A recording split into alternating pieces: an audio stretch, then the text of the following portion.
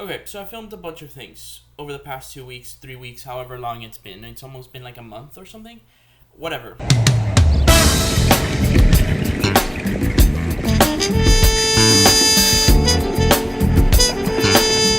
So today I'm working on the Oninoko sequence, the Hubata sequence. I'm currently animating a flower, just the same way I animated the tear, which I don't think I documented, but it's just taking a little bit of paint at a time, and usually in animation they would do frame by frame.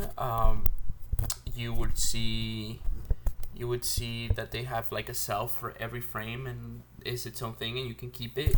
Here it's very different. I am painting, I am scanning this cell, I'm marking what frame it is. We're currently in frame 28, which is, if you think of animation in 12 frame cycles, at least that's how we're doing, or this segment of the film, or this animation. 12 frames is 1 second. 2 seconds later. We're in the third second.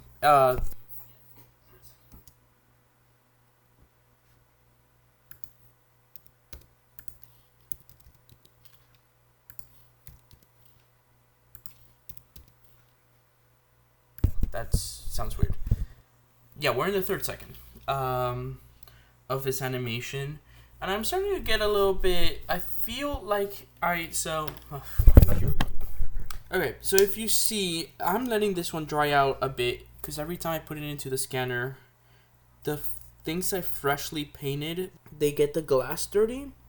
So I just let it sit and dry for a little bit. It's gonna happen every time. But if you see here, I printed out, I'm not going to lift this one actually, but if you see underneath it, I kind of printed out the blown up version of the branch, and then I drew what is a golden trumpet tree flower here, which I'm using as a reference and a guide to know how far along I am with this animation, which I roughly lined up. Okay, taking a quick pause from the video, I gotta put this one in. Lay it down real quick and ready. This can all be fixed in post or like in the NLE if it doesn't line up perfectly. I can just adjust it. Yeah, that's the way I'm doing it, and then I'm grabbing my paintbrush, my paint, and I'm just going in little by little and like trying to make it seem like it's growing out. And then there's going to be a cut to where we see a front-facing view of the flower just open up like that. And hopefully by then I can switch back to this one. And right now I'm losing a little bit of sight of what I'm doing. So I'm going to go back outside. We've talked about the golden trumpet tree a lot, but not too much. Not too much, because I think a lot of that was left in things I've recorded and haven't made it to an edited video. So maybe I can find it and squeeze it in here. Maybe that's what we're going to do.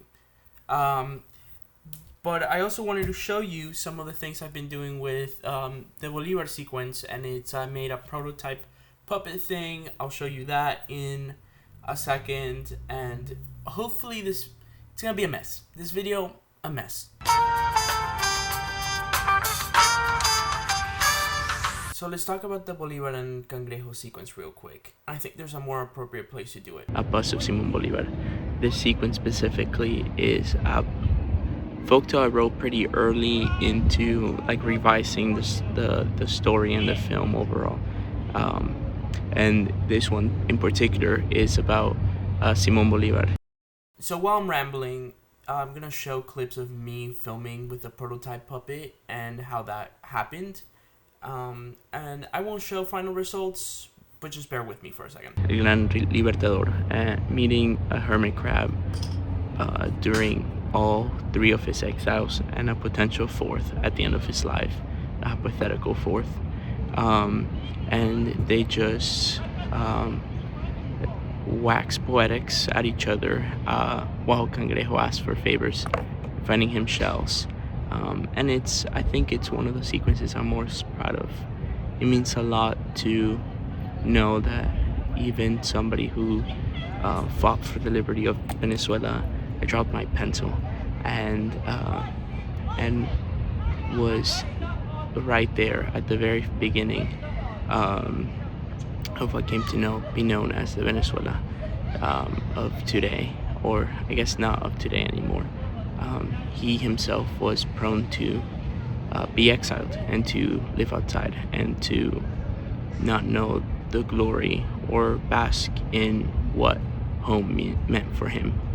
So I guess that's the sequence.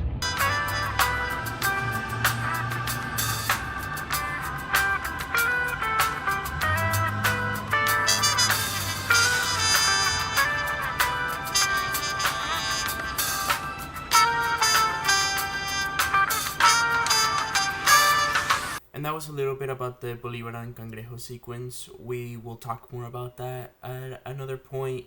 So while I keep editing, I'm going to continue painting these. So you'll see a nice time lapse.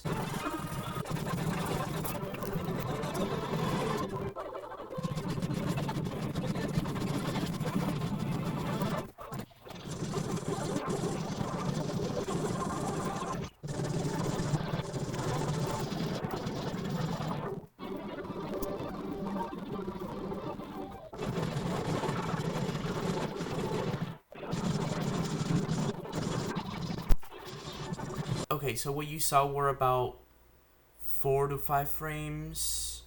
I realized that I'm doing more than I should, so I'm gonna stop it there. But let me show you a test of the final results.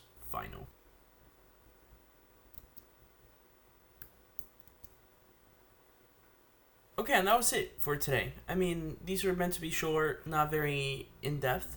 I think we talked a lot about things. You saw a lot of the processes that go on for making this film or making it happen. And there will be more. I have to keep working. So today I'm going to keep painting flowers and editing and doing stuff. But in the meantime, I'm going to link my Substack down below. And when I'm not making videos, I'm posting over at Substack the assets and talking about them in a way I don't have the elegance to do on video. So we'll be alternating then and there. You can follow me on my Instagram. I post about the film all the time. And thank you so much for joining me. And I'll see you next time. I'll leave you the way Nixon did.